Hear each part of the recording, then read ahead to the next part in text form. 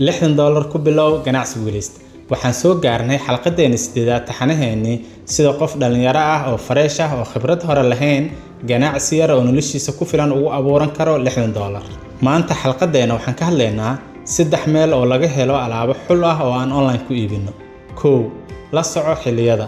sanad kasta waxaa jiro xilliyo iyo munaasabado gaar ah oo macaamiisha hadba iibsadaan alaabo xul ah oo u gaar ah xilligaas.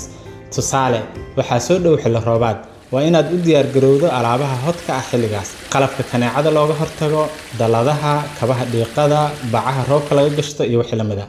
xilli Ramadaan ayaa soo dhow, inaad u sii diyaar garowdo alaabaha Ramadaanka la isticmaalo sida badan tusbaxyada, saliyada salaada, dharka dumarka ku cibaadaystaan, maacuunta, qalabka kitchenka kala duwan iyo wixii lamid ah. xilli Shacbaan ah oo aroosyada badan yihiin soo dhow, sidaas oo kale hadiyadaha, ubaxyada, alaabaha isqurxinta, agabka aroosyada. xilli ciid ah, alaabaha caruurta ku ciyaaraan iyo wixii lamid ah. sidaas oo kale hadba la soco wax dadka xiiseynayaan. alaabahaasna hal ama 2 shay ka xulo oo qiimihiisa u dhaxeeyo $6 ilaa $27 shaygii.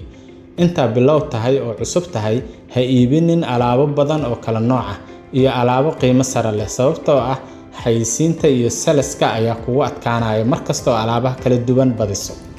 markasta oo alaabaha qiimahooda ka sareeyaan $30na waxaa adkaanaysa macaamiishu ku aaminaan maadaama online ku iibinayso.